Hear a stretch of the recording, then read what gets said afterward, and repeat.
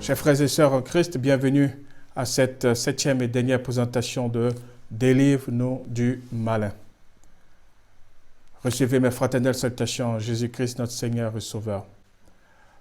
6 semaines sont passées et nous sommes à notre dernière semaine. Cette semaine que nous avons passée ensemble par la grâce de Dieu et nous lui donnons tout l'honneur et la gloire.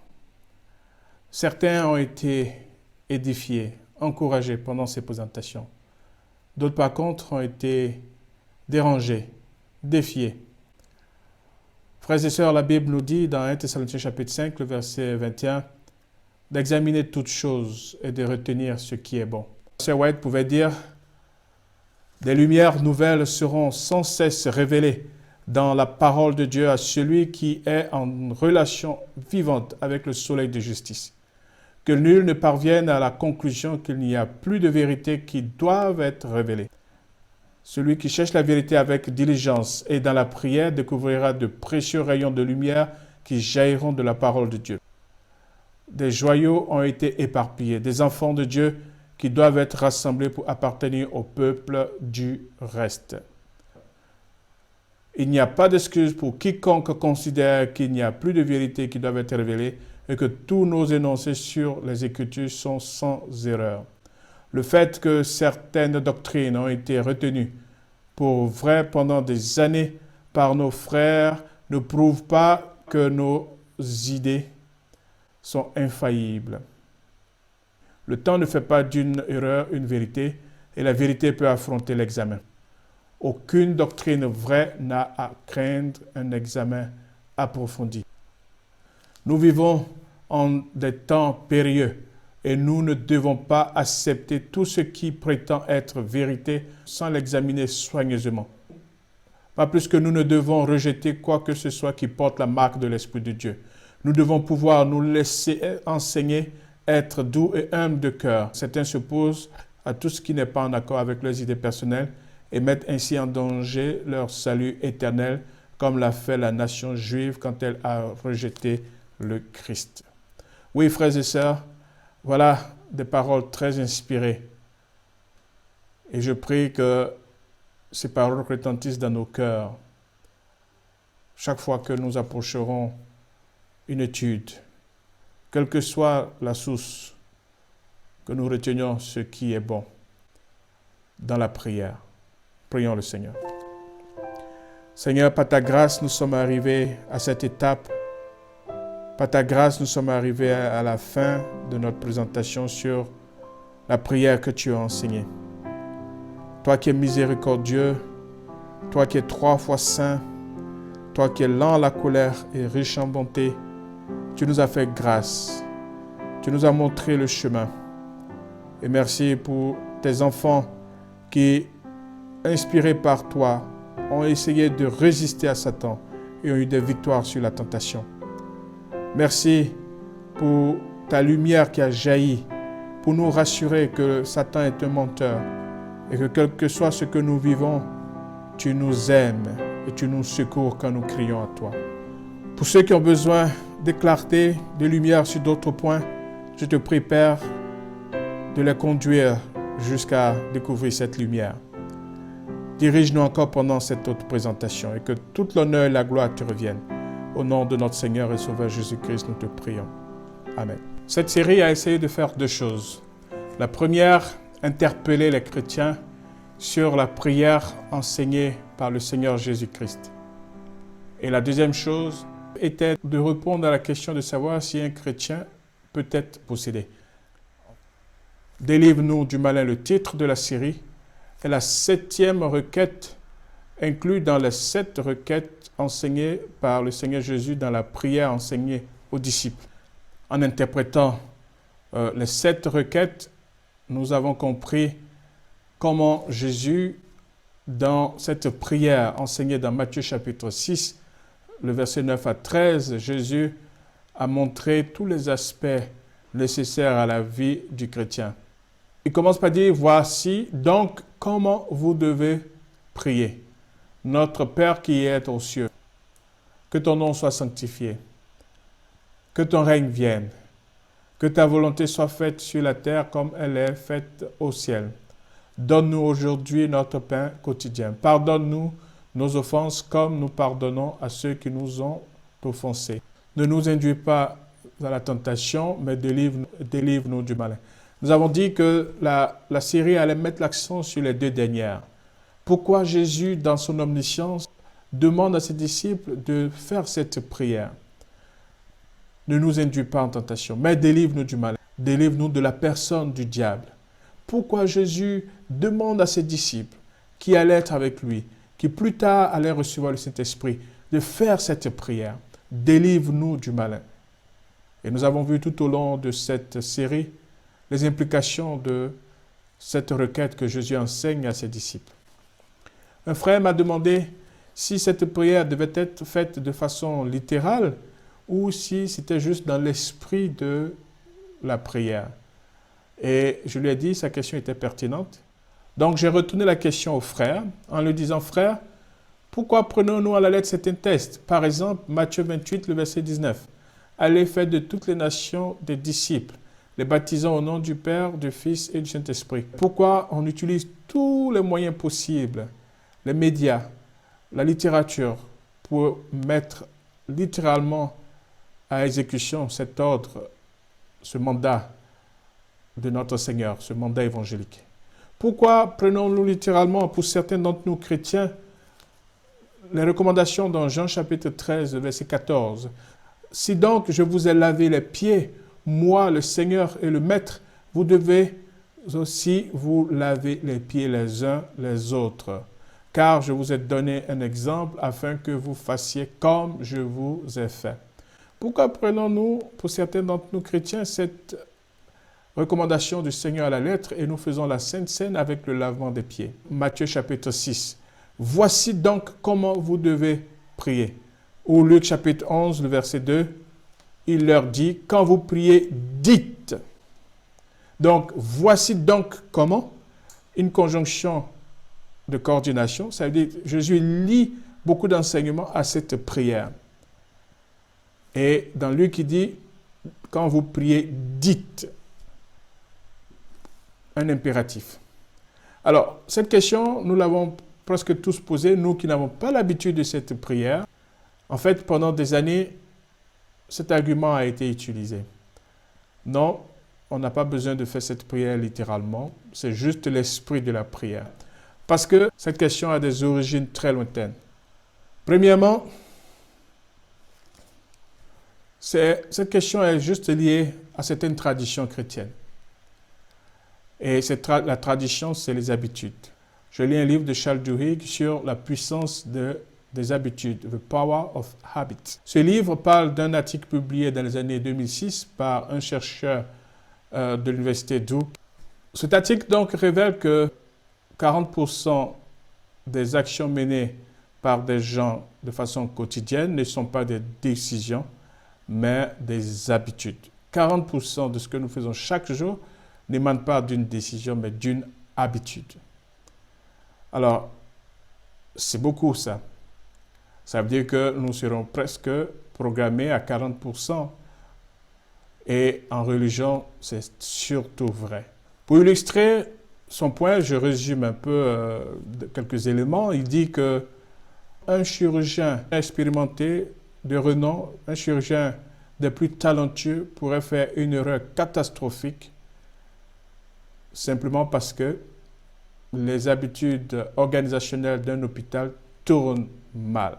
Juste une habitude qui tourne mal peut induire un chirurgien expérimenté en erreur. Nous avons vu que 60% font cette prière. Ces 60% de chrétiens qui font cette prière, je le rappelle, c'est 1 milliard de catholiques, 260 millions d'orthodoxes, 80 millions d'anglicans, 7 millions de luthériens. Donc ça fait 1 milliard 347 millions, environ 56%. Si nous ajoutons à ce chiffre les églises africaines et sud-américaines avec des origines catholiques qui récitent cette prière, nous avoisinons les 60 et plus %. Donc 60% ont l'habitude de cette prière. Et peut-être par habitude, par formalisme, cette prière a perdu son sens. chez un bon nombre de ces 60%. Mais il y a 40% qui ne font pas cette prière, aussi par habitude, par tradition religieuse. Et nous verrons surtout les traditions qui ont conduit à l'inexistence de cette prière sur un certain groupe de chrétiens. Historiquement, les critiques ont commencé par dire que la prière que Jésus a enseignée n'était pas une prière originale parce qu'elle empruntait à la Kaddish des Juifs. Donc pour eux, Jésus a copié la Kaddish, cette prière de sanctification du nom de Dieu. Ensuite, une autre critique, c'était que la doxologie au verset 13, car c'est à toi qu'appartient dans tous les siècles le règne, la puissance et la gloire. Amen, est une liturgie ajoutée et ne serait pas dans les manuscrits originaux. Donc voilà déjà deux critiques. Jésus a copié cette prière de la prière Al-Kaddish des Juifs. Ensuite, quelques personnes dans l'histoire ont ajouté la liturgie, c'est-à-dire qui est au verset 13. Et après, il y a eu des débats importants qui ont fait que certains chrétiens ont carrément mis de côté cette prière. Il y avait ceux qui pensaient que la prière doit être prononcée par des chrétiens baptisés. Et le deuxième groupe, ceux qui pensaient que la prière, parce que donnée avant la Pentecôte, n'était pas nécessaire pour les chrétiens qui ont reçu le baptême du Saint-Esprit. Donc ils disaient que cette prière est réservée aux chrétiens inachevés, non encore affranchis par l'esprit d'adoption. Alors, quand les réformateurs arrivent dans tout ce débat, les réformateurs deviennent plus exigeants. Ils ont enseigné la spontanéité dans la prière, ce qui était très bien. Alors, ils ont combattu la répétition et la prière de dévotion en suivant des grains de chapelet. Et ils sont allés plus loin. Ils ont critiqué le côté machinal de la prière, le côté interminable de la prière et même le côté hypocrite de la prière. Ils ont dit que cette prière ressemble à des pratiques païennes que Jésus a condamnées dans Matthieu chapitre 6, le verset 7, où Jésus dit, en priant, ne multipliez pas de vaines paroles comme les païens qui s'imaginent qu'à force de paroles, ils seront exaucés. Ils ont utilisé la sola scriptura.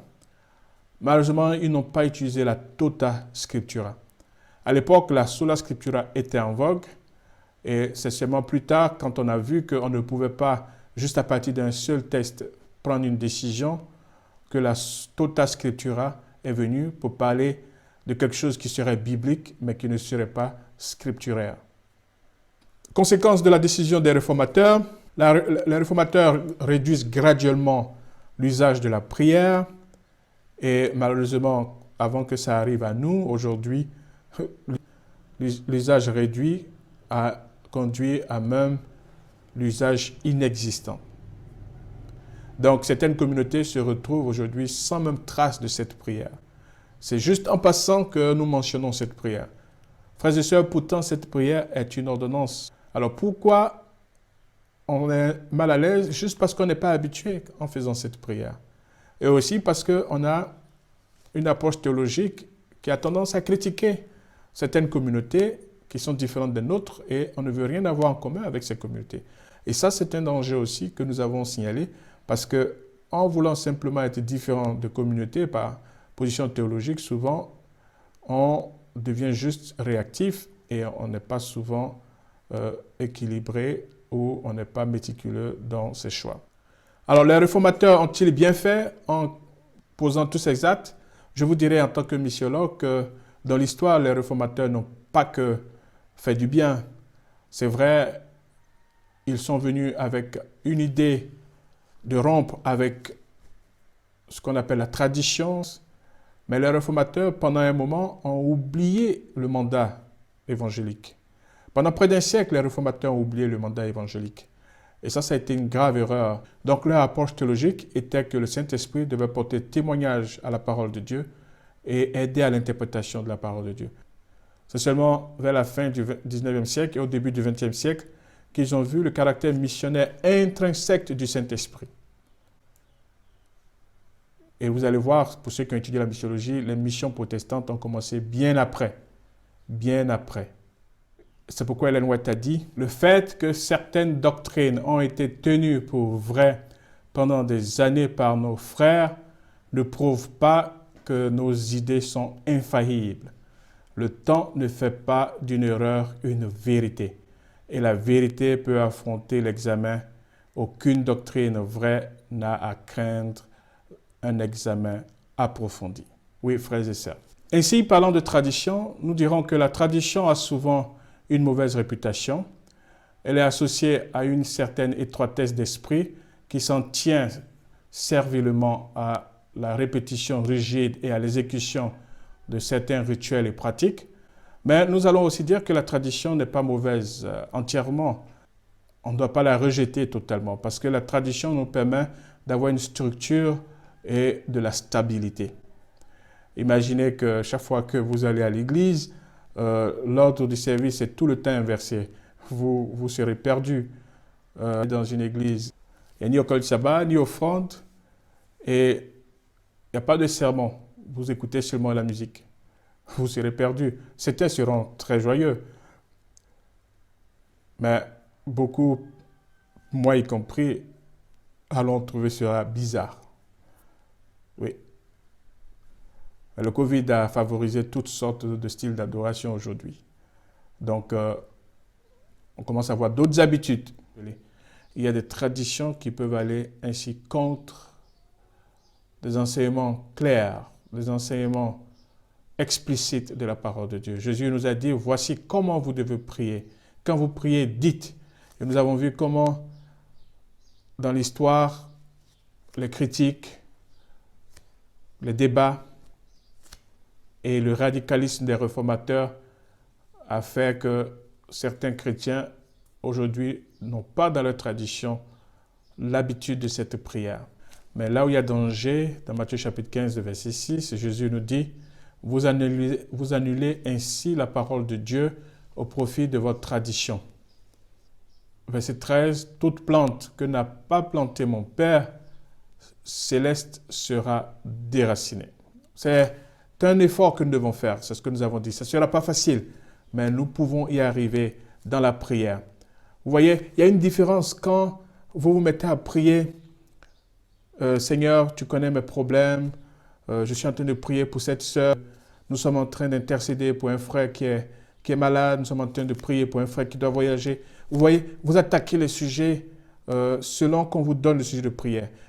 Mais quand vous faites un effort pour commencer par la structure que Jésus a donnée, notre Père qui est aux cieux, que ton nom soit sanctifié. Tout de suite, ça crée en vous une responsabilité. Est-ce que moi qui suis en train de prier, je vis dans la sanctification? Donc, ça devient d'abord une priorité. Que ton nom soit sanctifié, que ton règne vienne. Et c'est ça la base de la volonté de Dieu. Le règne de Dieu, c'est la puissance. Quand on parle du règne de Dieu, on parle de ses attributs. On parle de ses prérogatives. Donc, notre Père qui es aux cieux, que ton nom soit sanctifié, que ton règne vienne, que ta volonté soit faite sur la terre. Ensuite, donne-nous. Pardonne-nous. Et enfin, ne nous induis pas à la tentation, mais délivre-nous du malin. Frères et sœurs, vous voyez, cette structure est complète. C'est pourquoi Ellen White dit, il n'y a rien d'inutile dans cette prière. C'est un défi, nous devons faire des efforts. Nous savons que Ellen White a parfois utilisé la prière du Seigneur comme structure pour ses propres prières. Pour elle était complète et efficace parce que le Christ a composé cette prière et il n'y a pas un mot inutile dans cette prière. Manuscrit 124 de l'année 1906. C'est pourquoi nous devons prier pour être libérés de nos pratiques traditionnelles qui ne font pas forcément la volonté de Dieu, qui ne sont pas forcément scripturaires. Nous devons nous libérer de ces pratiques traditionnelles et avoir l'avêtement de Jésus. Et vous annulez le commandement de Dieu à cause de votre tradition. Nous devons l'avoir tout le temps en esprit. Ça ne sera pas facile, mais c'est possible au nom de Jésus-Christ. Donc, frères et sœurs, le premier but, c'était de mettre l'accent sur cette prière enseignée par Jésus. Délivre-nous du malin. Nous devons la dire autant que possible. Nous devons prier pour que le modèle nous vienne à l'esprit quand nous sommes en train de prier. Les 7 requêtes, il y a des requêtes qui nous viennent facilement. pardonne-nous, donne-nous, ça nous vient facilement. Mais que ton nom soit sanctifié, ça ne nous vient pas. Que ton règne vienne, ça ne vient pas. Que ta volonté soit faite, ça ne nous vient pas. Mais parce qu'on ne prie pas que ta volonté se fasse, on pense que tout ce que Dieu veut, c'est de nous donner. Mais ça commence d'abord par que ta volonté se fasse. Donc ce que Jésus va te donner, sache que c'est selon sa volonté quand tu as prié. Alors donc le deuxième objectif de la série, répondre à la question de savoir si un chrétien peut être possédé. Et nous avons dit que le débat n'était pas au niveau du mot posséder, c'est-à-dire Satan qui aurait un chrétien comme sa propriété, comme on possède un objet. Le débat n'était pas là et nous avons clairement attiré l'attention de nos auditeurs sur les mots grecs qui ont été traduits pour donner posséder. Donc, daimonizomai, être sous contrôle de démon, et reiken ou bien eke daimonium, qui veut dire avoir un démon. Alors, nous avons dit que on ne s'attarderait pas sur l'expression être possédé parce que l'univers appartient à Dieu. Donc, quand Satan tient quelqu'un et que Dieu tient Satan, le débat ne serait pas de discuter si Satan tenait quelqu'un parce que Dieu tient, en fin de compte, la personne que Satan tient puisque Dieu tient Satan. Et la Bible nous rassure là-dessus parce que dans le psaume 33, le verset 6, la Bible nous dit « Les cieux ont été faits par la parole de l'Éternel et toute leur armée par le souffle de sa bouche. » Ésaïe 45, verset 12, « C'est moi qui ai fait la terre et qui sur elle ai créé l'homme.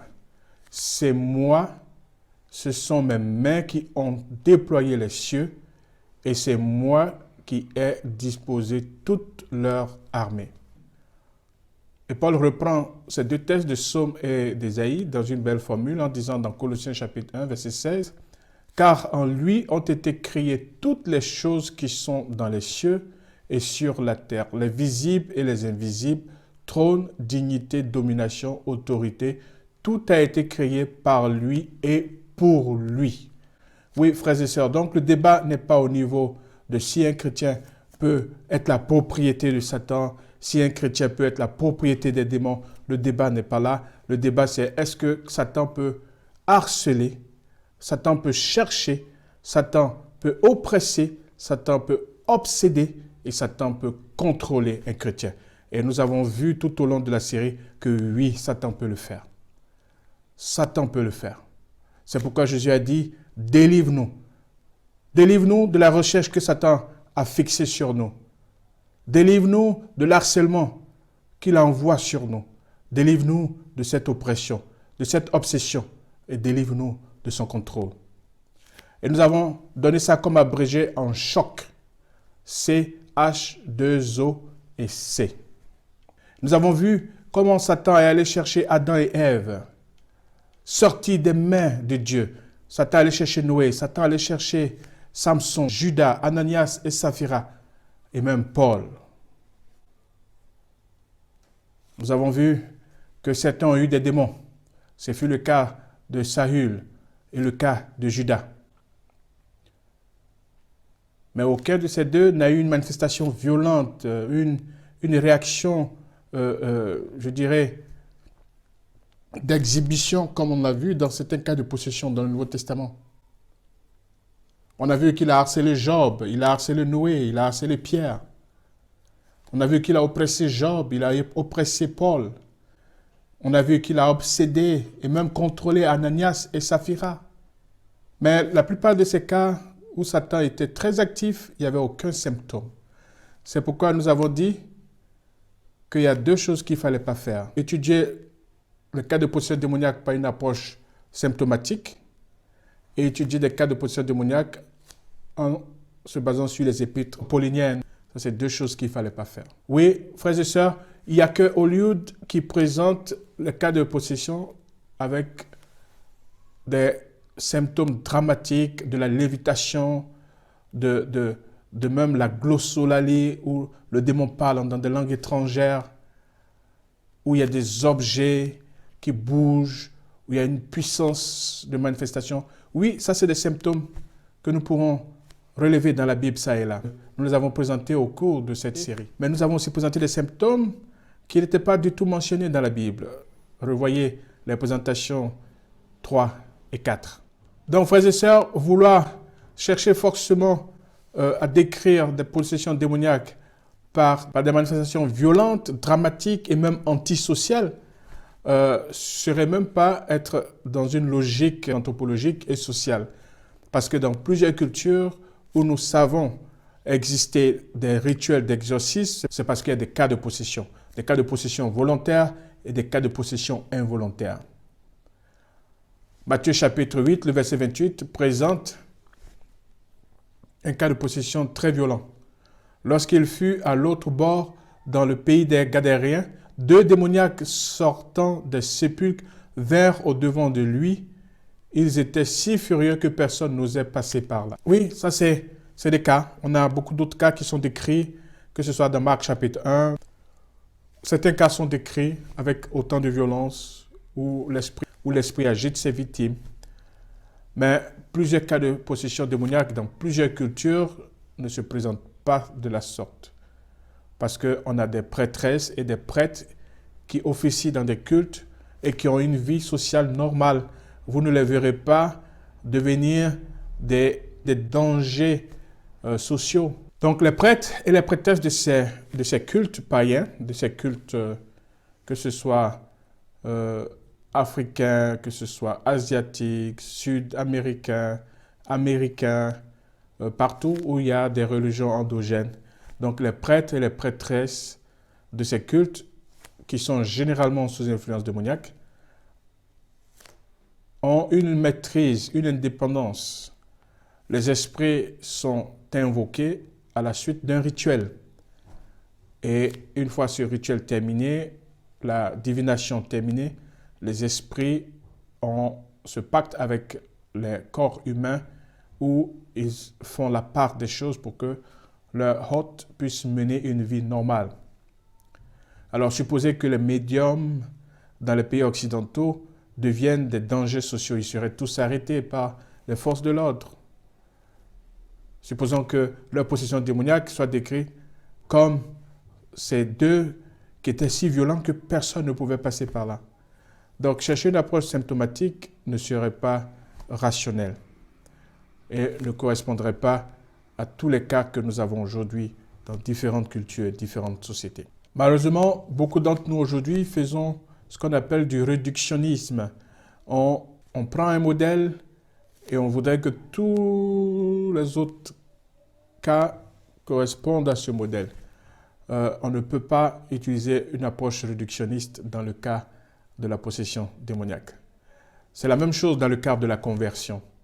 On ne peut pas faire du réductionnisme. Certains seront convertis de façon dramatique, comme nous l'avons dit. Le brigand sur la croix, Paul. C'est vrai, les fruits de l'esprit seront recherchés dans toute vie chrétienne, mais certains n'auront pas le temps d'exhiber ces fruits de l'esprit, mais pourtant ils auraient reçu une conversion. Nous avons aussi dit qu'utiliser les épîtres pauliniennes pour tirer des conclusions serait biblique, mais pas scripturaire.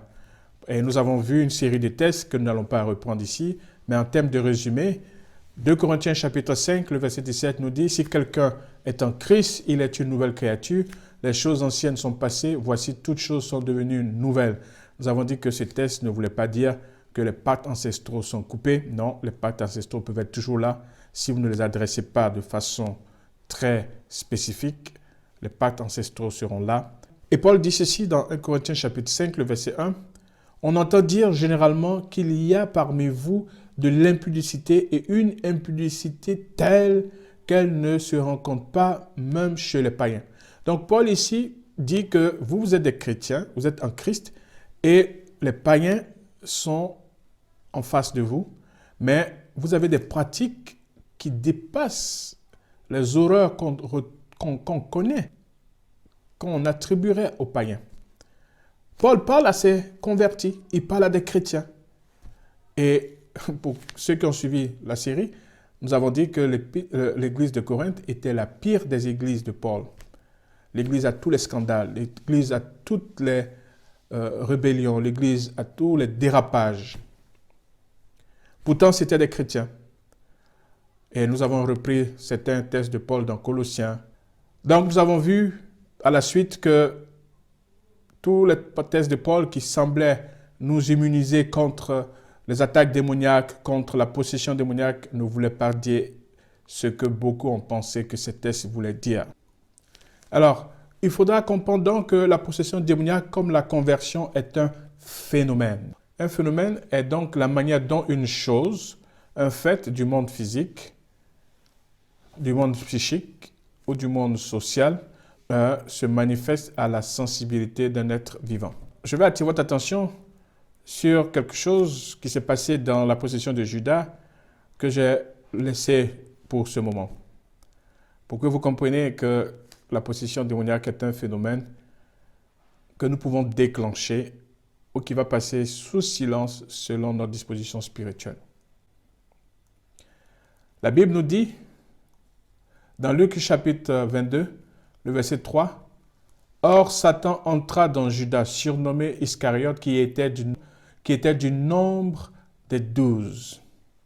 Et Judas alla s'entendre avec les principaux sacrificateurs et les chefs des gardes sur la manière de le leur livrer, c'est-à-dire de livrer Jésus. » Jean chapitre 13, verset 27 dit, « Dès que le morceau fut donné, Satan entra dans Judas.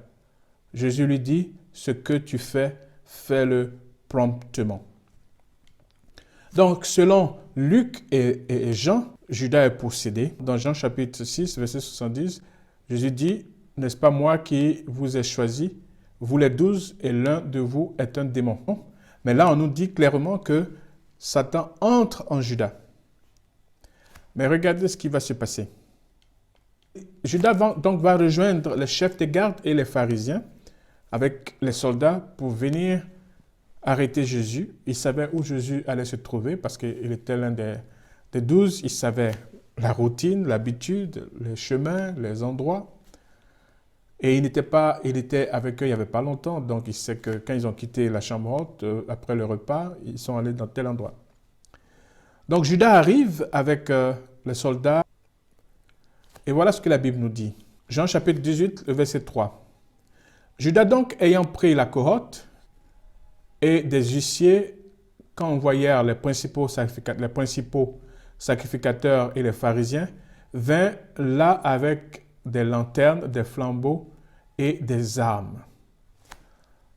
Jean chapitre 18, le verset 4. Jésus, sachant tout ce qui devait lui arriver, s'avança et leur dit, « Qui cherchez-vous » Ils lui répondirent, « Jésus de Nazareth. » Jésus leur dit, « C'est moi. » Et Judas qui le livrait était avec eux.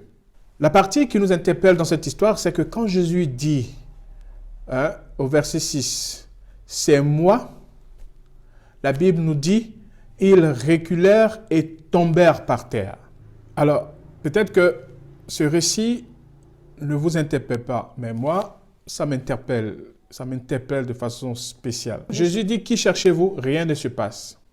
Mais quand il a dit, « C'est moi », là, Judas et tous ceux avec qui ils sont venus tombent par terre. Alléluia.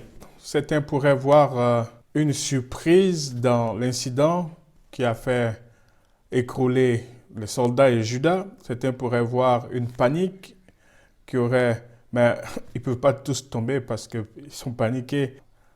C'est une puissance qui s'est manifestée et qui a fait tomber Judas et son équipe. C'est pourquoi je vous dis, frères et sœurs, qu'il y a de la puissance dans le nom de Jésus et c'est avec autorité intentionnelle qu'on expose le mauvais esprit. Avant de se laisser dans le plan divin pour qu'il meure, parce qu'il va dire plus tard à Pierre, cette heure-là leur appartient. Quand Pierre va vouloir se défendre, couper l'oreille de Malchus, Jésus va faire encore un autre miracle. Mais avant cela, Jésus montre à Satan qu'il a encore son pouvoir. Il montre au démon qu'il est encore le Seigneur des Seigneurs. Donc quand il dit « c'est moi », je peux vous donner environ une vingtaine d'implications de ce mot « c'est moi », mais je vais vous donner juste 5. Quand il dit « c'est moi », les démons entendent « c'est moi le Messie ». le oint de Dieu, Jésus-Christ, le Seigneur. C'est moi qui suis le je suis, celui qui était l'alpha et l'oméga, celui que tu connais qui t'a vaincu au ciel. Donc quand Jésus dit c'est moi, il dit d'abord c'est moi, je suis, que tu connais. J'ai encore ma puissance à 100% divine, mais maintenant je vais te laisser mon corps à 100% humain. Il dit c'est moi le Messie, c'est moi le don de Dieu, c'est moi le sauveur du monde, c'est moi la résurrection et la vie. Donc quand Jésus dit c'est moi, voici les attributs que les démons entendent par cette déclaration. Et c'est ce qui les terrasse par terre. Alléluia. Donc Jésus se présente d'abord comme leur maître, comme leur Seigneur. Ils se prosternent avec les âmes, avec tout ce qu'ils ont, ils se prosternent. Et pour la deuxième fois, Jésus va se présenter simplement maintenant comme un homme. Donc, pour la deuxième fois, Jésus leur dit, Jean chapitre 18, le verset 6, Jésus répondit, « Je vous ai dit que c'est moi. Si donc c'est moi que vous cherchez, laissez aller ceci. » Donc quand Jésus se présente pour la deuxième fois, il ne communique pas en esprit à ceux qui sont là, surtout aux esprits qui contrôlaient ceux qui étaient venus pour l'arrêter. C'est pourquoi nous avons dit pendant cette série qu'il a fallu la force. Satan fut précipité du ciel. Il a fallu la force. Arrière de moi, Satan, dans le désert. Même quand Satan s'est interposé entre Pierre et le Seigneur, arrière de moi. Il va falloir une intention, un esprit, exprimé par nos sens pour que Satan et les démons soient exposés. Si ce n'est pas le cas, comme dans la synagogue, ils seront dans nos églises, ils seront dans nos assemblées. Ils ne seront pas exposés. Mais il n'y a eu aucun cri, il n'y a eu aucune délivrance. Jésus s'est juste présenté pour que l'adversaire, le serpent ancien, pour la dernière fois, entendre un ordre de supériorité. Et il s'est prosterné. C'est ce que Jésus nous demande quand il nous a donné le pouvoir de marcher sur les serpents et les scorpions dans Luc chapitre 10. Satan ne peut être exposé que quand nous quittons nos maisons avec des prières, avec une consécration, avec un esprit d'être des instruments pour que nos yeux, pour que nos mains, pour que notre voix ordonne à Satan de lâcher sa prise, de libérer des endroits, ordonne à Satan d'aller loin, de rebrousser chemin. Il n'y a qu'une telle disposition qui peut exposer Satan, frères et sœurs. Dans mon article écrit en avril dans la revue mondiale pour les pasteurs adventistes Ministry, les éditeurs ont mis en exergue cette partie de mon article qui dit « Avec l'écriture comme guide, développer une sensibilité du combat spirituel ». Ils ont mis cela en exergue en disant « Avec les 5 écritures, développer une sensibilité du combat spirituel ». Ce que j'enseigne aux pasteurs, si vous voulez que des gens qui sont sous influence démoniaque dans vos églises partent délivrés, il faut, pendant le sermon, intentionnellement exposer Satan, exposer les démons. Sinon, ils viendront tels qu'ils sont venus, ils retourneront tels qu'ils sont venus. Ils viendront avec les mauvais esprits, ils retourneront avec les mauvais esprits. Il y aura des cantiques qui vont souvent exposer ces esprits, et vous allez voir, ils vont se manifester. Il y aura des prières qui vont exposer ces démons. Vous allez voir, ils vont se manifester. Il y aura une prédication qui va exposer ces démons. Ils vont se manifester. Malheureusement, comme a dit Ellen White, la plupart de nos messages ne font rien à Satan. Certains frères chrétiens pensent que Jean chapitre 13, verset 14 ne doit pas être pris à la lettre. Pour eux, c'est un symbole d'humilité et non une invitation à une pratique qui aurait une connotation sectaire où on se lave les pieds les uns les autres. Pourtant, pour d'autres chrétiens, c'est une pratique qui a tout son sens, pas seulement de façon symbolique, mais de façon littérale, parce que l'ordre de Jésus est clair et formel. Pour ceux qui pensent que un argument théologique en faveur du symbolisme serait de vigueur, ils disent, mais pourquoi Jésus n'est pas explicite? Pourquoi il ne dit pas à ses disciples de se laver les pieds les uns les autres? Et c'est lui qui lave les pieds de tous ses disciples. C'est pourquoi d'autres pourraient être dans cette dynamique. Il n'y a que le prêtre qui lave le pied des membres. Et certains, par contre, sont dans la dynamique où tout le monde est invité à laver les pieds les uns les autres. Pourquoi? Pour ceux qui ont développé une théologie sur le lavement des pieds, premièrement, le lavement des pieds est un mémorial de la condescendance du Christ, son humiliation dans son incarnation. Philippiens chapitre 2, verset 7. Ensuite, le type d'une purification supérieure, Jean 13, verset 10. 3. Le lavement des pieds est une communauté de pardon, Matthieu chapitre 6, verset 14 à 15. Et 4. Une communion avec le Christ et les croyants, Jean chapitre 13, verset 8.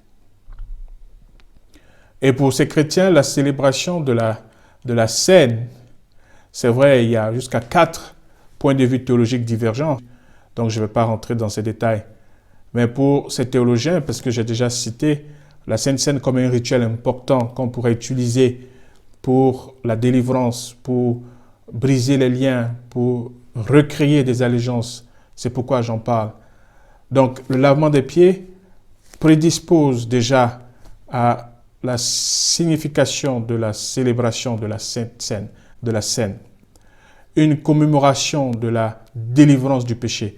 Ça, c'est le premier sens quand on participe à la Sainte Seine. Une commémoration de la délivrance du péché. La délivrance est partout, frères et sœurs. Parce que le diable est descendu vers nous, animé d'une grande colère, sachant qu'il a très peu de temps. Apocalypse chapitre 12, le verset 12. C'est pourquoi Jésus a enseigné « Délivre-nous du malin ». Donc la Sainte Seine peut être un outil pour préparer à donner des victoires contre cet impact, à briser cet impact ancestraux. Ensuite, la deuxième chose dans la célébration de la Seine, c'est une anticipation du second retour, du second avènement de Jésus. Une anticipation du retour de Jésus-Christ. Frères et sœurs, c'est pourquoi notre condition la condition pour participer à la Sainte Seine doit changer.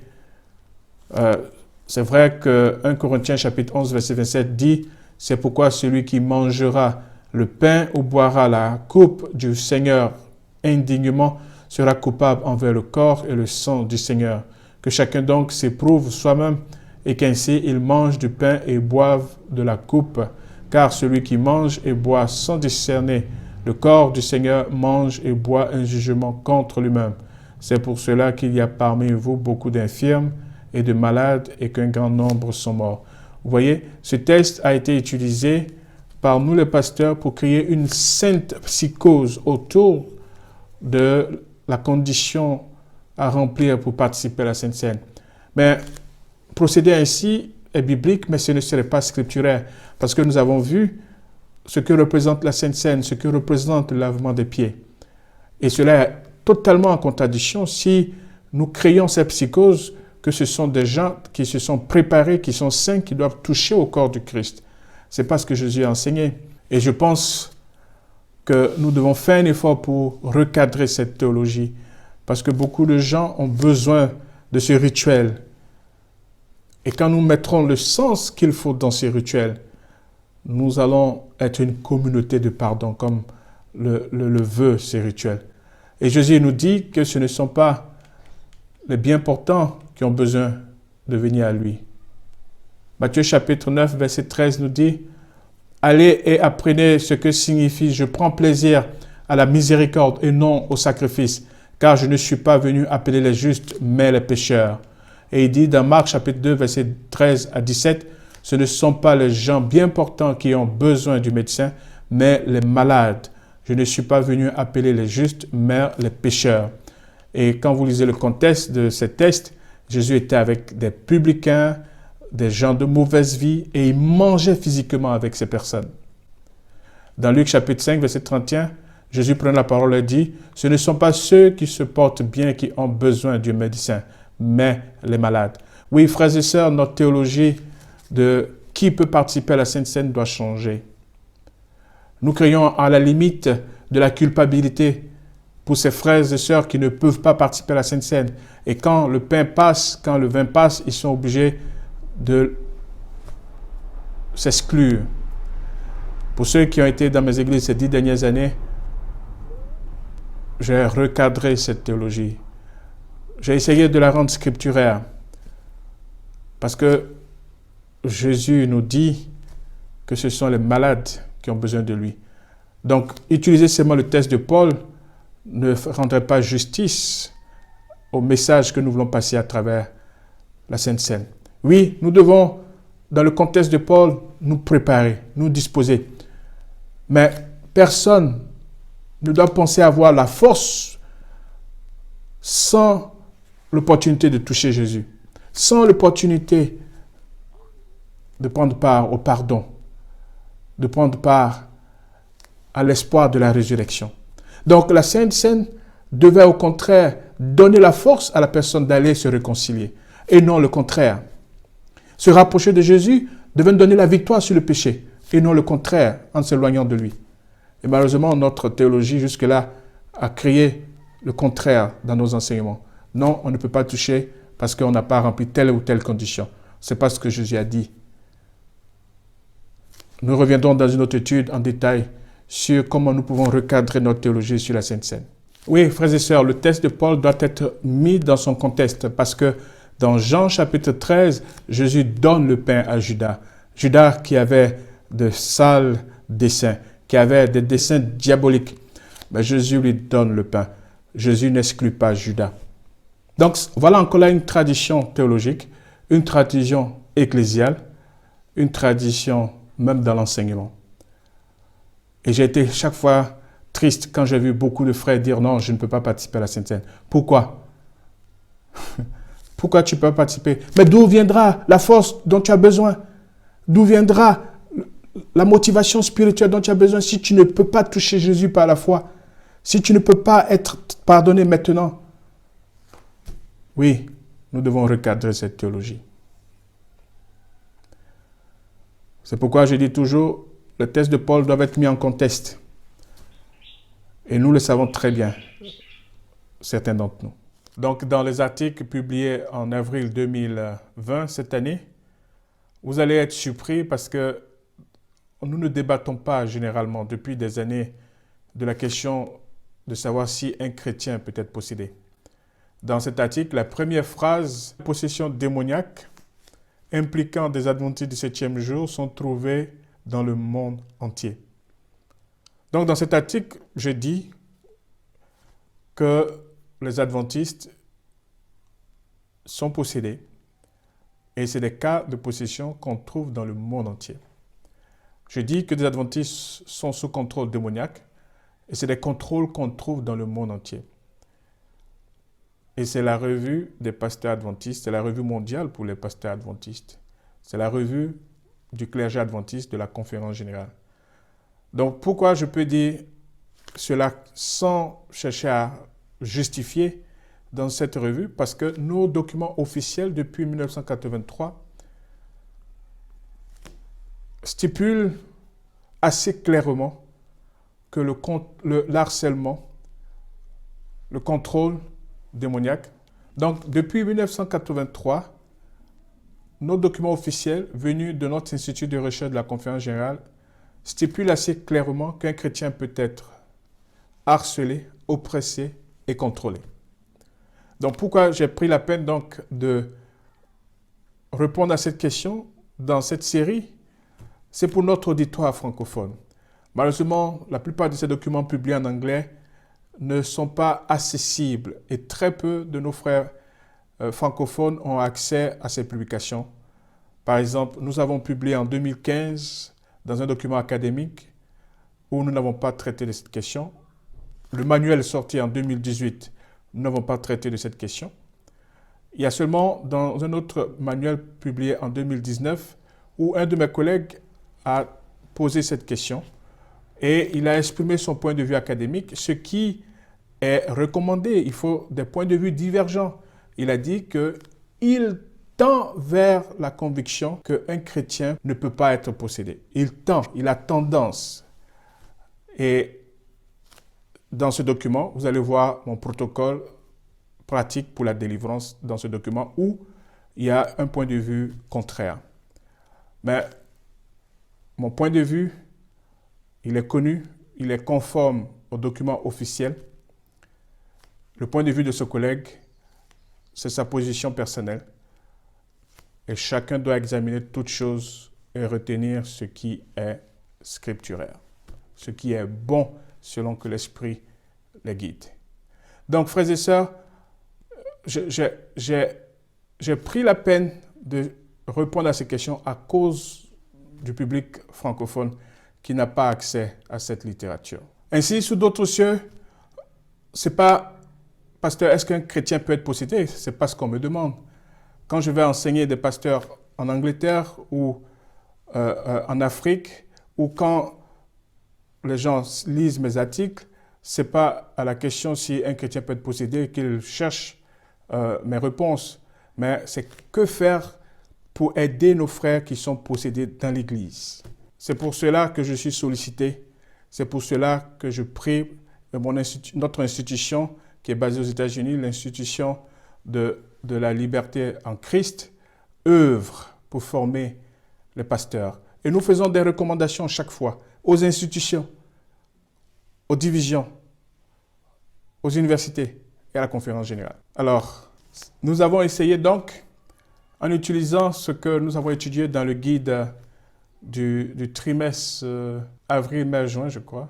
Nous avons donc utilisé cette approche historico-grammaticale qui a été clairement présentée dans le guide de l'école du sabbat que nous avons utilisé dans le trimestre avril, mai, juin. Donc cette approche historico-grammaticale permet de comprendre que c'est en alignant de façon chronologique ou de façon historique plusieurs cas de possession qu'on peut avoir une vue totale et non juste une approche symptomatique ou une approche par les écrits pauliniens. Et non une approche symptomatique, parce que plusieurs cas n'ont pas de symptômes, ou une approche par les écrits pauliniens où on serait en conflit avec plusieurs autres textes bibliques. Parce que les écrits pauliniens mettraient en conflit certains enseignements scripturaires que nous avons vus, comment des enfants ont payé pour les erreurs de leurs parents, alors que Paul dit que quand on est en Christ, les choses anciennes sont passées, toutes choses sont devenues nouvelles. Non, si des parents ont contracté des pactes, ces pactes peuvent vous suivre. Des enfants peuvent naître avec des déformités à cause de l'erreur de leurs parents. Et nous avons vu que le baptême ne met pas le compteur à zéro. Le baptême ne fait pas de vous une nouvelle créature physique, une nouvelle créature spirituelle, oui, par la grâce de Dieu, mais pas une nouvelle créature physique. Nous avons par exemple le cas de Matthieu chapitre 17, verset 15, où un enfant possédé est présenté aux disciples qui n'arrivent pas à le délivrer et ensuite est présenté à Jésus.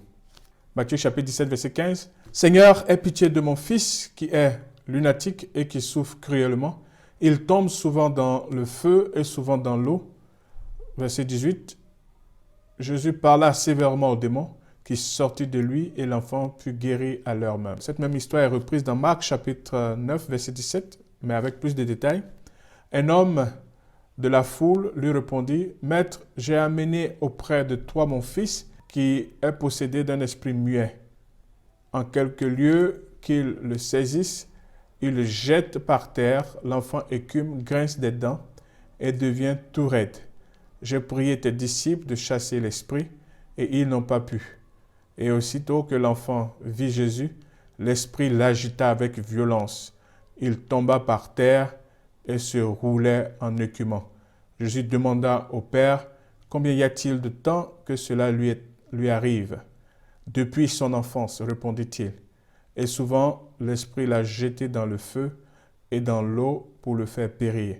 Mais si tu peux quelque chose, viens à notre secours. Aie compassion de nous. Jésus lui dit, si tu peux, tout est possible à celui qui croit. Aussitôt, le père de l'enfant s'écria, je crois, viens au secours de mon incrédulité. Jésus, voyant accourir la foule, menaça l'esprit impur et lui dit, esprit muet et sourd, je te l'ordonne, sors de cet enfant et n'y rentre plus. Et il sortit en poussant des cris et en l'agitant avec une grande violence. L'enfant devint comme mort, de sorte que plusieurs disaient qu'il était mort. Mais Jésus, l'ayant pris par la main, le fit lever et il se tint debout. Amen. Vous voyez, dans ce récit, on voit que les disciples échouent. Les disciples échouent. Dans Matthieu chapitre 17, Jésus leur dira que ce type d'esprit ne sort que par le jeûne et la prière.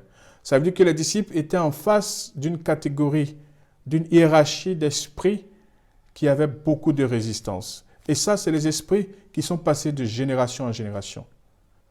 Parce qu'ils ont eu tellement d'influence dans la vie passée qu'ils sont transmis aux enfants avec ces enfants qui n'ont pas encore le contrôle, ne peuvent pas supporter la puissance de ces esprits. Ou simplement parce que, comme Jésus l'a dit dans Matthieu chapitre 12, ce père a dû déjà envoyer son enfant pour être délivré.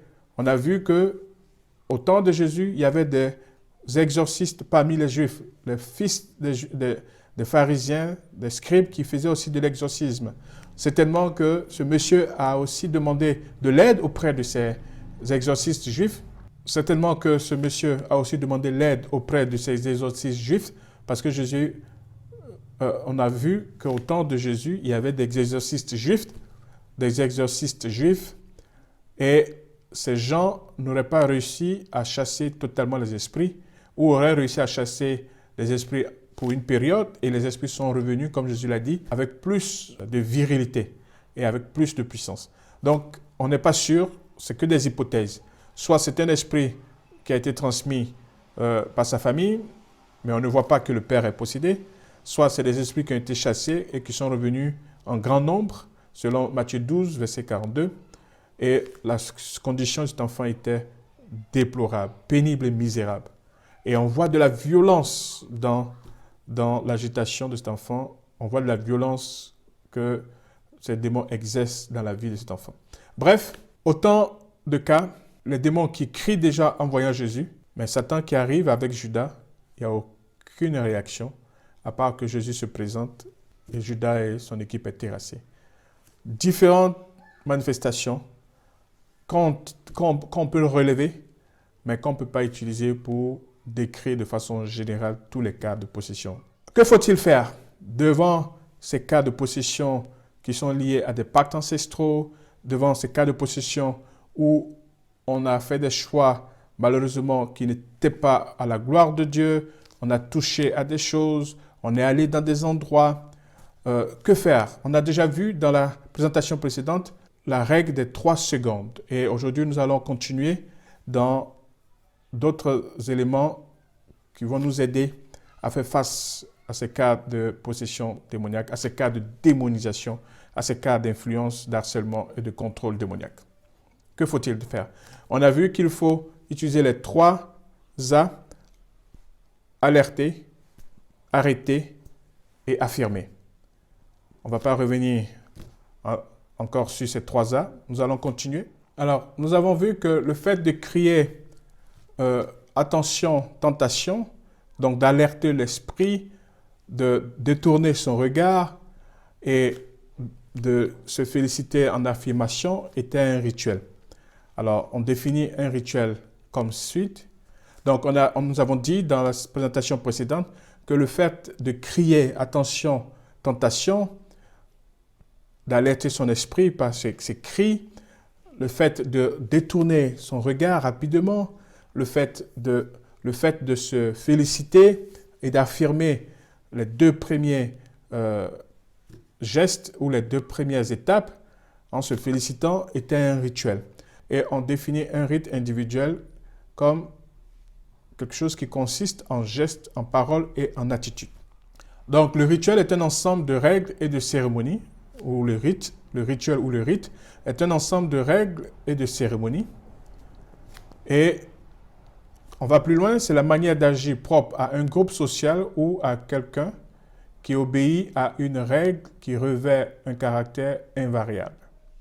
Nous allons voir pourquoi aujourd'hui les rituels ou les rites sont perçus comme négatifs et pourquoi beaucoup de communautés chrétiennes ont du mal à avoir des rites dans leur sein, dans leur ecclésiologie.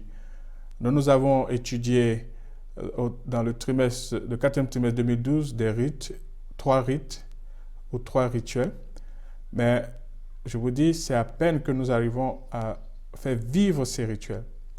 Pourquoi? À cause de l'héritage de la Renaissance, de la Révolution française, de l'ère des Lumières, à cause de l'héritage du dualisme cartésien.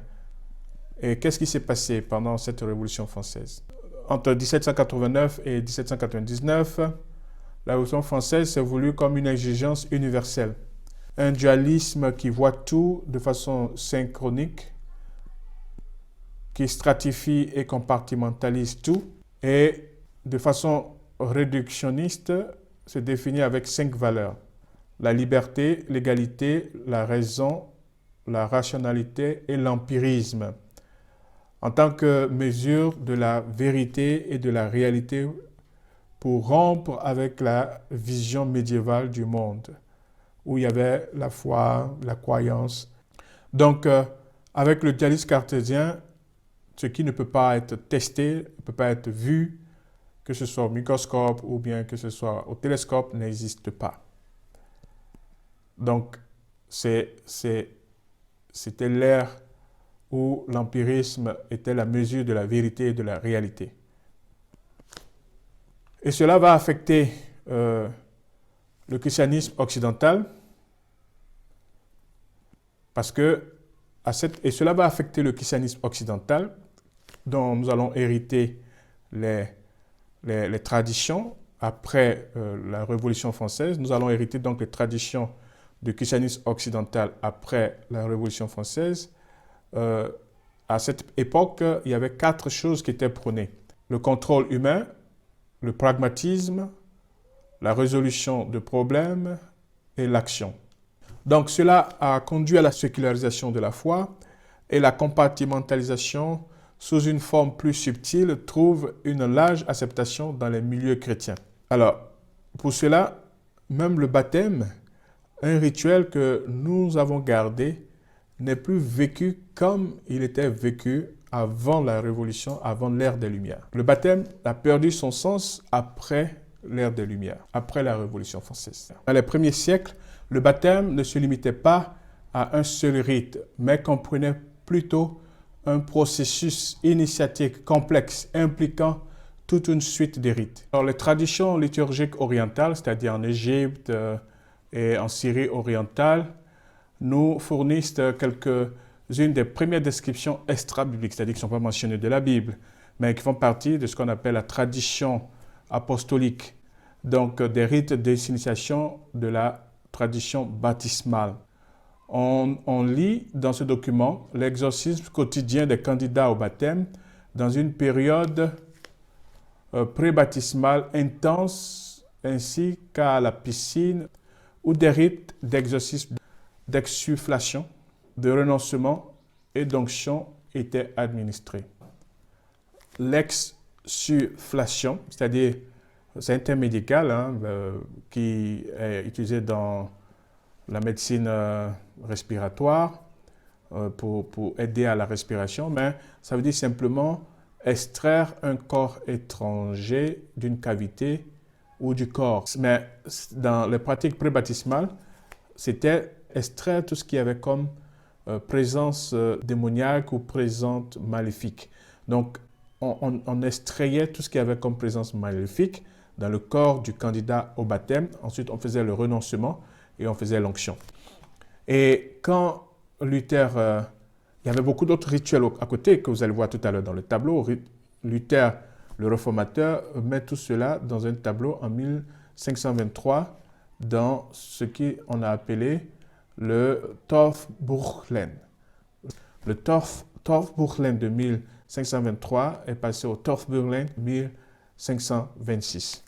Et l'une des choses qui était pratiquée pendant ces séances intenses pré-baptismales, c'était cette formule de nouvelle allégeance qui était formulée ainsi. Cette formule d'une nouvelle allégeance, on remplaçait les anciennes allégeances par des nouvelles allégeances et on disait ceci: jusqu'à ce que le Christ nous réclame dans le baptême par son esprit, nous sommes sous la puissance du diable. C'est pourquoi, et ça c'est le pasteur ou le prêtre qui le dit, c'est pourquoi je dis arrière de frère ou sœur tant. Par exemple, si je suis en train de baptiser frère Anissé, je dis, c'est pourquoi je dis arrière de frère Anissé, esprit impur, et fait place au Saint-Esprit au nom du Père, du Fils et du Saint-Esprit. Et je dis Amen. Un tableau de 21 éléments dans ce rite d'exorcisme des candidats au baptême. Le premier, c'est l'exsulfation. On fait ça 3 fois. Ensuite, on répétait « sortez, esprit impur ». Ensuite, on faisait une signature avec la croix et une formule. Ensuite, on disait « Dieu tout-puissant et éternel ». On disait « Dieu immortel ». Réception du sel avec la formule. Prière d'inondation. Et c'est après tout ça qu'on faisait l'exorcisme ou les exorcismes, ça veut dire on chassait littéralement le diable, on faisait littéralement la délivrance. Et on disait ensuite, celui qui officiait disait, par conséquent, maudit diable, écoutez, maudit Satan, je vous exorcise. Ensuite, le 9e élément, c'était, ô Seigneur Saint Père. On disait l'évangile selon Marc, chapitre 10. On faisait l'imposition des mains et prière du Seigneur. Ensuite, on faisait l'effacta avec crachat, entrée dans l'église, la renonciation, l'interrogatoire sur credo, l'onction d'huile et formule, le question sur décision de baptême, le baptême au triple nom de la Trinité, l'onction avec formule, remise de la robe blanche et de la formule, remise de la bougie avec la formule. C'est vrai que l'Église catholique avait une forte domination, il n'y avait pas encore les églises protestantes. Vous sentez la connotation catholique de ces rituels. Donc, quand Luther révise ce rituel en 1526, de 21, il passe à 13. Tout ce qui est pratique avec lesquelles Luther n'est pas à l'aise disparaît, selon sa théologie, selon aussi les nouvelles considérations. Alors, qu'est-ce qui nous reste aujourd'hui, frères et sœurs? 500 ans après, qu'est-ce qui nous reste? Pas grand-chose. Dans le guide que nous avons étudié en 2012, au 4e trimestre, le baptême est présenté comme rite. Et voilà les 7 éléments qui apparaissent. Premièrement, le baptême est un commandement de Jésus. Deuxièmement, le baptême symbolise une union spirituelle avec le Christ. Une relation d'alliance spirituelle avec Dieu par le Christ. Troisièmement, le baptême implique la participation à sa souffrance. Quatrièmement, le baptême implique la repentance et le pardon des péchés. Cinquièmement, le baptême implique la nouvelle naissance et la réception du Saint-Esprit. Sixièmement, le baptême symbolise un transfert de loyauté. Septièmement, le baptême marque l'entrée dans l'Église. Vous voyez, voilà ce que nous avons dans nos documents. Un transfert de loyauté. Dans cette affirmation du transfert de loyauté, on pouvait, avant le baptême, faire du baptême un rituel de scellement, un rituel de délivrance, où l'ancienne alliance est brisée, les pactes sont brisés. Mais ça doit se faire de façon intentionnelle. Vous avez vu comment ce rituel était fait, de façon très rythmique. Et nous, en lisant ça aujourd'hui, on n'est pas du tout à l'aise parce que c'est totalement en déphasage avec nos croyances de protestants conservateurs, de protestants évangéliques. C'est totalement en déphasage, cracher sur la personne, faire l'insufflation, etc. Et on est aujourd'hui à ce rituel très modeste et moderne qui à peine a un sens spirituel et a une connotation de rituel vraiment de transfert de loyauté. Les candidats au baptême ne sentent pas vraiment ce transfert de loyauté. Ils ne sentent pas en quoi leur baptême les engage à la souffrance de Jésus. On pourrait améliorer tout cela. Et depuis des années, certains missiologues interpellent nos systématiciens sur ces réalités que nous rencontrons sur le champ. Et je prie que dans un délai raisonnable, que nous arrivions à adapter et à recadrer notre rituel du baptême, du lavement des pieds et même de la Sainte Seine. Je vous ai dit qu'à chaque Sainte Seine, on pouvait recevoir la délivrance, la guérison, la restauration, parce qu'on touche Jésus par la foi. Et à chaque baptême, on pourrait vraiment couper les pactes ancestraux, briser les liens. Si on y mettait un peu de son sens étymologique et de sa pratique apostolique.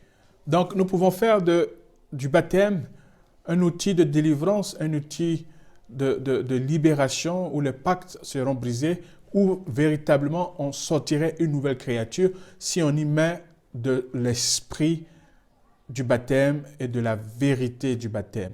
Ce transfert d'allégeance, cette vie de pardon, cette vie d'engagement. Et Jean-Baptiste, quand les gens venaient à lui pour être baptisés, il les mettait devant une grande responsabilité sociale qui devait s'exécuter. Il devait s'exécuter. Frères et sœurs, voilà le défi que nous avons aujourd'hui. Le baptême a perdu dans l'histoire de son authenticité. Le baptême est devenu juste un rite d'entrée dans l'Église.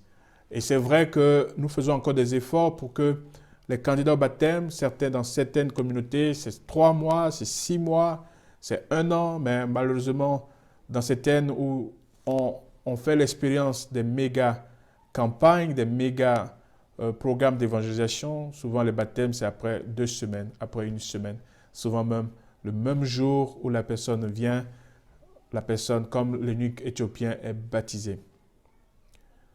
Frères et sœurs, nous pouvons améliorer tout cela parce que la réalité de la possession démoniaque est dans nos églises, de l'influence démoniaque est dans nos églises. Le baptême fait en esprit et en vérité peut briser ces liens parce qu'il y aura un véritable transfert d'allégeance des esprits familiaux à l'esprit du Dieu vivant. Si nous ne le faisons pas, ces gens quittent de l'eau tels qu'ils sont venus. Et je vous dis, nous sommes obligés de faire face à des cas de possession juste après le baptême ou même pendant le baptême. Des personnes qui luttent, les esprits qui luttent pour ne pas être baptisés parce que la personne qui veut se faire baptiser prend un engagement de rupture. Et malheureusement, sur souvent 15 personnes, sur une vingtaine de personnes, il n'y a qu'une personne qui arrive à vivre le baptême en esprit et en vérité. Et quand c'est le cas, les esprits résistent à ce baptême. On a vu plusieurs cas où les esprits ont résisté à ce genre de baptême. Alors, comme nous avons vu, bien que le déluge a représenté le baptême et que Noé et sa famille aient commencé un nouveau départ, Satan est venu les chercher.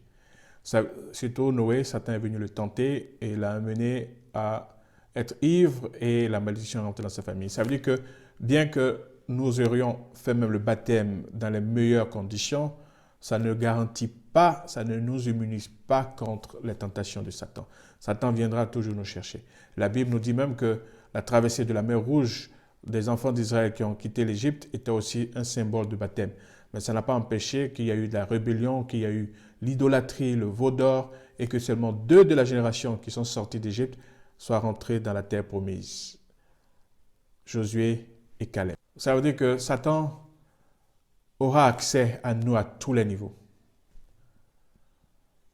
C'est pourquoi nous devons prier, délivre-nous du malin. Parce que certaines de nos décisions seront influencées par Satan. Nos décisions personnelles, certains votes seront influencés par Satan. Certaines décisions de nos leaders seront influencées par Satan. Et si nous ne prions pas ainsi, avec toute la disposition pour le combattre, pour lui résister par le jeûne et la prière, nous sommes déjà des victimes résignées. Oui, comprenons pourquoi Jésus a inclus cette 7e requête dans la prière enseignée. Délivre-nous du malin. Pour ceux qui prient pour les frères et sœurs qui sont sous influence, pour qu'ils soient délivrés, vous devez voir qu'est-ce qui peut constituer un rituel reverse. Si la personne a été constituée à une eau, vous pouvez redemander un baptême. Nous pouvons prendre le temps, avec le questionnaire que nous avons, pour expressément adresser le problème des pactes ancestraux, expressément adresser les ouvertures conscientes que la personne a eues, expressément adresser les influences spirituelles dans la vie de la personne et les combattre au nom de Jésus avant de faire le baptême. Donc le baptême peut être un rituel reverse si la personne a été dédiée à des eaux. On fait des rebaptêmes à cause de l'adultère, à cause de l'apostasie. On peut faire un rebaptême pour créer un rituel reverse. La Sainte Seine aussi peut devenir un rituel reverse. Si la personne a eu une partie de son corps dédiée, le lavement des pieds peut devenir un rituel reverse. L'onction peut devenir un rituel reverse. En fonction de ce que la personne a vécu, en fonction des pactes qui ont été faits, les pactes de sang, si la personne a eu un pacte de sang, la Sainte Seine devient un rituel reverse. Une imposition des mains peut devenir un rituel reverse. Si la personne a été dédiée par imposition des mains. Oui, nous avons vu en résumé les 6 leçons précédentes sur « Délivre-nous du malin ». Comment Satan va nous chercher, Satan va nous harceler, Satan va nous oppresser, nous obséder et enfin chercher à nous contrôler. Alors, que faut-il faire? En application, nous avons vu qu'il faut être vigilant. Pour les tentations des yeux, il faut utiliser la méthode des 3 secondes. Il faut utiliser le jeûne, il faut utiliser la prière. Alors, frères et sœurs, en complément donc, pour résister contre Satan, il faut savoir que Satan ne peut pas être combattu avec la seule connaissance cognitive. Satan ne peut pas être combattu avec juste la connaissance biblique et la vérité. Il doit être combattu avec la puissance de Dieu. C'est pourquoi il faut une disposition. Il faut une anticipation. La deuxième chose qu'il faut savoir, c'est que la vérité qui rend libre, selon Jean 8, verset 32, est une vérité expérimentée et pas seulement intellectuelle. La vérité est l'antidote de l'ignorance et de l'erreur. Donc, on affronte l'ignorance et l'erreur avec la vérité. Mais on n'affronte pas la puissance des ténèbres avec la vérité. On affronte la puissance des ténèbres avec la puissance du Dieu Tout-Puissant. Donc, pour défaire un pacte, ce n'est pas la vérité qu'il faut apporter. Pour défaire un pacte, c'est faire une nouvelle allégeance. Donc, une confrontation avec une allégeance, un engagement envers Jésus, est celle qui est nécessaire pour remplacer toute autre allégeance antérieure dans la vie des gens.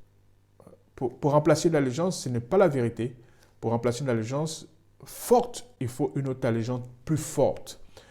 Pour remplacer une allégeance forte qui a connu des rituels, il faut amener cette personne à jeûner, il faut amener cette personne à prier. Une confrontation avec la puissance de Dieu est l'antidote qu'il faut pour libérer les captifs de Satan, pour délivrer les gens des influences démoniaques. On ne délivre pas les gens de l'influence démoniaque avec la vérité.